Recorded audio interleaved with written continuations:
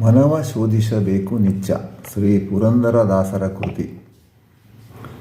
ದಿನ ದಿನ ಮಾಡುವ ಪಾಪ ಪುಣ್ಯದ ವೆಚ್ಚ. ಮನಸ್ಸು ಒಂದು ಅತಿ ಮುಖ್ಯವಾದ ಇಂದ್ರಿಯವೆಂದು ಕರೆಯಲ್ಪಡುವುದು. ವಾಕ್, ಪಾಣಿ, ಪಾದ, ಪಾಯು ಮತ್ತು ಉಪಸ್ಥ ಎಂಬ 5 ಕರ್ಮೇಂದ್ರಿಯಗಳೆನಿಸಿವೆ. ಕಣ್ಣು, ಕಿವಿ, ನಾಲಿಗೆ, ಮೂಗು ಮತ್ತು ಚರ್ಮ ಇವು 5 ಜ್ಞಾನೇಂದ್ರಿಯಗಳು. 11ನೆಯ ಇಂದ್ರಿಯವೇ ಮನಸ್ಸೇಂದ್ರಿಯ ಎನಿಸುತ್ತದೆ. ಸಾಮಾನ್ಯವಾಗಿ ಎಲ್ಲ 10 ಇಂದ್ರಿಯಗಳು ತಮ್ಮ ಮನಸ್ಸೆಚ್ಛೆಯಂತೆ ವರ್ತಿಸುತ್ತಾ ಇರುತ್ತವೆ. ಸಾಮಾನ್ಯ ಮನುಷ್ಯನ ಸ್ಥಿತಿಯೇ ಹಾಗೆ. ಕಣ್ಣು ಒಂದು ಸುಂದರ ವಸ್ತುವನ್ನು ನೋಡಿತೆಂದರೆ ಅದನ್ನೇ ನೋಡುತ್ತಾ ಮನದಲ್ಲಿ ಏನೇನೋ ವಿಚಾರ ಮಾಡುತ್ತಲೇ ಇರುವುದು. ನಾಲಿಗೆಯು ಯಾವಾಗಲೂ ಬಹುರುಚಿಯಾದ ಆಹಾರವನ್ನೇ ಬಯಸುವುದಲ್ಲದೆ ಮಾತನಾಡಲು ತೊಡಗಿದರೆ ಸಮಯದ ಪರಿವೆಯೇ ಇರುವುದಿಲ್ಲ.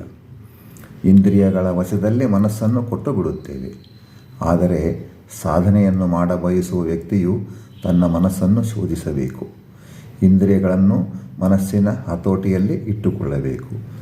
ಮನಸ್ಸಿನ ಹತೋಟಿಯಲ್ಲಿ ಬಂದಂಥ ಇಂದ್ರಿಯಗಳನ್ನು ಪಳಗಿಸಿಕೊಂಡು ಮನಸ್ಸನ್ನು ಪರಮಾತ್ಮನತ್ತ, ಈ ಅಲೌಕಿಕ ವಸ್ತುವಿನತ್ತ ತೊಡಗಿಸಬೇಕು.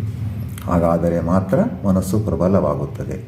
ಹೀಗೆ ಪ್ರಬಲವಾದ ಮನಸ್ಸನ್ನು ಸಾಧನೆಯತ್ತ ತೊಡಗಿಸಿಕೊಳ್ಳಬೇಕು. ದಿನಂಪ್ರತಿ ನಾವು ಅನೇಕ ಕರ್ಮಗಳನ್ನು ಮಾಡುತ್ತೇವೆ.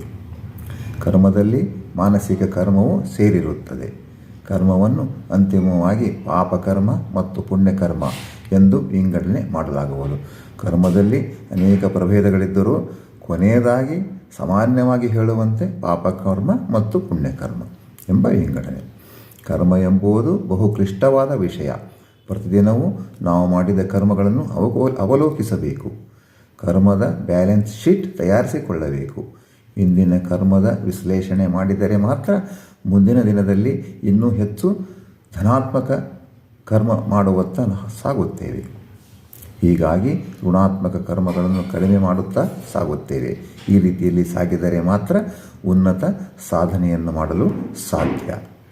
ಧರ್ಮ ಅಧರ್ಮವ ವಿಂಗಡಿಸಿ, ಅಧರ್ಮದ ನರಗಳ ಬೇರು ಕತ್ತರಿಸಿ, ನಿರ್ಮಲಾಚಾರದೆ ಚರಿಸಿ, ಪರಬ್ರಹ್ಮ ಮೂರ್ತಿ ಪಾದ ಕಮಲವ ಭಜಿಸಿ.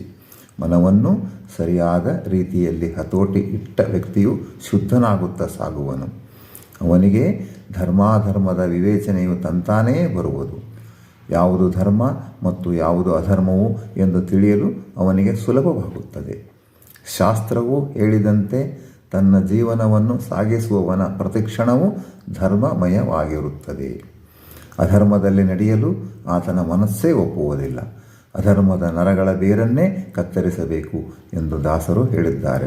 ಬೇರನ್ನು ಕತ್ತರಿಸಿದರೆ ಮರವು ಬೆಳೆಯುವುದಿಲ್ಲ. ಆದ್ದರಿಂದ ಅಧರ್ಮವು ಹೇಗೆ ಸಾಗಿದೆ ಅದನ್ನೇ ನಾವು ಮುಗಿಸಿಬಿಡಬೇಕೆಂದರೆ ಮನಸ್ಸಿನಿಂದ ಆ ಅಧರ್ಮವನ್ನು ಮಾಡತಕ್ಕಂತಹ ಚಿಂತನೆಯನ್ನೇ ಹೊಡೆದು ಹಾಕಬೇಕು. ದೇಹದ ಶುದ್ಧಿ, ಮನದ ಶುದ್ಧಿಯನ್ನು ಪಡೆದ ವ್ಯಕ್ತಿಯ ಆಚಾರವೆಲ್ಲವೂ ನಿರ್ಮಲವಾಗಿರುತ್ತದೆ. ನಿರ್ಮಲವಾದ ಏಕಾದಶೇಂದ್ರಿಯಗಳನ್ನು ಹೊಂದಿದ ವ್ಯಕ್ತಿಗೆ ಪರಮಾತ್ಮನ ಮೂರ್ತಿಯು ಮನದಲ್ಲಿ ಸ್ಪಷ್ಟವಾಗಿ ಗೋಚರಿಸುತ್ತದೆ. ತನ್ನ ಎಲ್ಲ ಇಂದ್ರಿಯಗಳನ್ನು ಪರಮಾತ್ಮನ ಪಾದಕಮಲಗಳಲ್ಲಿಯೇ ಇಡುವನು ಅವನೇ ಧನ್ಯನು. ತನುವ ಖಂಡಿಸಿ ಒಮ್ಮೆ ಮಾಡೋ, ಮನವ ದಂಡಿಸಿ ಪರಮಾತ್ಮನ ಕಾಣೋ, ಕೊನೆಗೆ ನಿನ್ನೊಳಗೆ ನೀ ಕಾಣೋ, ಮುಕ್ತಿ ನಿನಗೆ ದೂರಿಲ್ಲವೋ ಒಂದೇಗೇಣೋ. ದೇಹದಂಡನೆಯನ್ನು ಮಾಡುತ್ತಾ ಶಾಸ್ತ್ರೋತ್ತರವಾದ ಕಾರ್ಯಗಳನ್ನು ಮಾಡುತ್ತಾ ಸಾಗುವುದೇ ಜೀವನದ ಗುರಿಯಾಗಿರಬೇಕು. ಹಾಗೆಯೇ ಮನವನ್ನು ದಂಡಿಸುತ್ತಾ ಯೋಗ ಸಾಧನೆಯನ್ನು ಮಾಡುತ್ತಾ ಸಾಗಿದರೆ ಒಳಗಣ್ಣಿನಲ್ಲಿ ಮೂಜಕ ದೊಡೆಯನ್ನು ಕಾಣುವನು. ಹೃದಯದಲ್ಲಿ ಪರಮಾತ್ಮನ ದರ್ಶನವಾಗುತ್ತದೆ. ಹೃದಯ ಕಮಲದಲ್ಲಿ ಪರಮಾತ್ಮನ ದರ್ಶನವಾಗುತ್ತದೆ. ಯೋಗ ಸಾಧನೆಯಿಂದ ಮಾತ್ರವೇ ಪರಮಾತ್ಮನನ್ನು ಕಾಣುವುದು ಸಾಧ್ಯ. ಹೃದಯ ಗುಹೆಯಲ್ಲಿರುವ ಬಿಂಬರೂಪಿಯ ಧ್ಯಾನವನ್ನು ಮಾಡುತ್ತಾ ಸಾಗಿದರೆ ಮಾತ್ರ ಎಲ್ಲ ವಾಸನೆಗಳು ಕಳೆದು ಕೊನೆಗೊಮ್ಮೆ ಬಿಂಬರೂಪಿ ಪರಮಾತ್ಮನು ತನ್ನ ದರ್ಶನವನ್ನು ಕೊಟ್ಟಾನು. ಬಿಂಬ ದರ್ಶನವಾದರೆ ಅಪರೋಕ್ಷವಾದಂತೆ, ಅಪರೋಕ್ಷವಾದರೆ ಸಂಚಿತ ಮತ್ತು ಆಗಾಮಿ ಕರ್ಮಗಳ ಗಂಟು ಸುಟ್ಟಂತೆ. ಕೇವಲ ಪ್ರಾರಬ್ಧವನ್ನು ಕಳೆಯುವುದಷ್ಟೇ ಉಳಿಯುವುದು. ಅಂತಹ ಮಹಾತ್ಮನಿಗೆ ಮುಕ್ತಿಯೂ ದೂರಿಲ್ಲ. ಕೇವಲ ಒಂದೇ ಗೇಣು ಎಂದು ದಾಸರು ಹೇಳಿದ್ದಾರೆ. ಆದರೆ ಅಪರೋಕ್ಷವಾಗಬೇಕಾದರೆ ಏನೆಲ್ಲ ಸಾಧನೆ ಮಾಡಬೇಕು ಗೊತ್ತಾ? ನಾವು ಮೊದಲು ಮನಸ್ಸು ಮಾಡಬೇಕು. ಅದಕ್ಕೆ ಮನಸ್ಸು ಕೊಡು ಎಂದು ಪರಮಾತ್ಮನಲ್ಲಿ ಶರಣು ಹೋಗಬೇಕು. ಯಾಕೆಂದರೆ ಮನಸ್ಸು ಮಾಡುವುದು ಸಾಮಾನ್ಯವಲ್ಲ. ಕರ್ಮದ ಮೇಲೆ ನಿಂತಿದೆ, ನಮ್ಮ ಅನಾದಿ ಕರ್ಮದ ಮೇಲೆ ನಿಂತಿದೆ. ಸಾಧನ ಶರೀರವಿದು ಸಾಧಾರಣವಲ್ಲವೋ? ಸಾಧುಪ್ರಿಯನೇ ಎಂದು ದಾಸರು ಹೇಳಿಲ್ಲವೇ. ಆದ್ದರಿಂದ ಈ ದೇಹದಿಂದ, ಈ ಪಂಚಭೌತಿಕ ದೇಹದಿಂದ ಸತ್ಕರ್ಮವನ್ನು ಮಾಡಬೇಕು. ಒಳ್ಳೆಯ ಮನಸ್ಸಿನಿಂದ ಪರಮಾತ್ಮನ ಭಜನೆಯನ್ನು ಮಾಡಬೇಕು.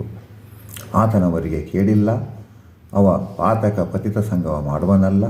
ನೀತಿವಂತರು ಕೇಳಿರಲ್ಲ, ನಮಗಾತನೇ ಗತಿ ಇವ ಪುರಂದರ ವಿಠಲ. ಪರಮಾತ್ಮನನ್ನು ನಂಬಿದ ಭಕ್ತನಿಗೆ ಎಂದೂ ಕೇಳಿಲ್ಲ. ಭಕ್ತನು ಎಂದೂ ಅಧರ್ಮಿಗಳ ಗೆಳೆತನ ಮಾಡುವುದಿಲ್ಲ.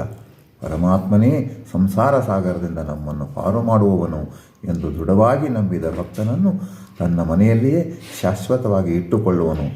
ಪರಮಾತ್ಮನು ಒಳ್ಳೆಯ ಕಾರ್ಯದಿಂದ ಎಂದೂ ಕೇಡುವಾಗುವುದಿಲ್ಲ ಮತ್ತು ಕೆಟ್ಟ ಕಾರ್ಯದಿಂದ ಎಂದು ಒಳ್ಳೆಯದಾಗುವುದಿಲ್ಲ ಎಂದು ಗೀತೆಯಲ್ಲಿ ಹೇಳಲಾಗಿದೆ. ಮನವ ಶೋಧಿಸಬೇಕು ನಿಚ್ಚ,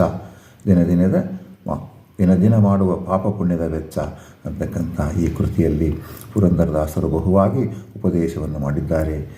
ಈ ದಾಸರು ಹೇಳಿದ ಹಾಗೆ ನಾವು ನಡೆದುಕೊಂಡರೆ ನಮ್ಮ ಜನ್ಮವೇ ಸಾರ್ಥಕವಾದೀತು. ನಮ್ಮ ಪಂಚೇಂದ್ರಿಯಗಳು, ನಮ್ಮ ಜ್ಞಾನೇಂದ್ರಿಯಗಳು ಎರಡನ್ನೂ ಮನಸ್ಸಿನ ಒಂದು ಸ್ಥಿಮಿತದಲ್ಲಿಟ್ಟುಕೊಳ್ಳಬೇಕು. ಮನಸ್ಸು ಅವುಗಳನ್ನು ಗೆಲ್ಲಬೇಕು. ಆ ಮನಸ್ಸನ್ನು ಸರಿಯಾದ ದಾರಿಯಲ್ಲಿ ನಡೆಸಬೇಕು. ಈ ದೇಹದಿಂದ ಒಳ್ಳೆಯ ಕಾರ್ಯಗಳನ್ನು ನಾವು ಮಾಡುತ್ತಾ ಸಾಗಬೇಕು.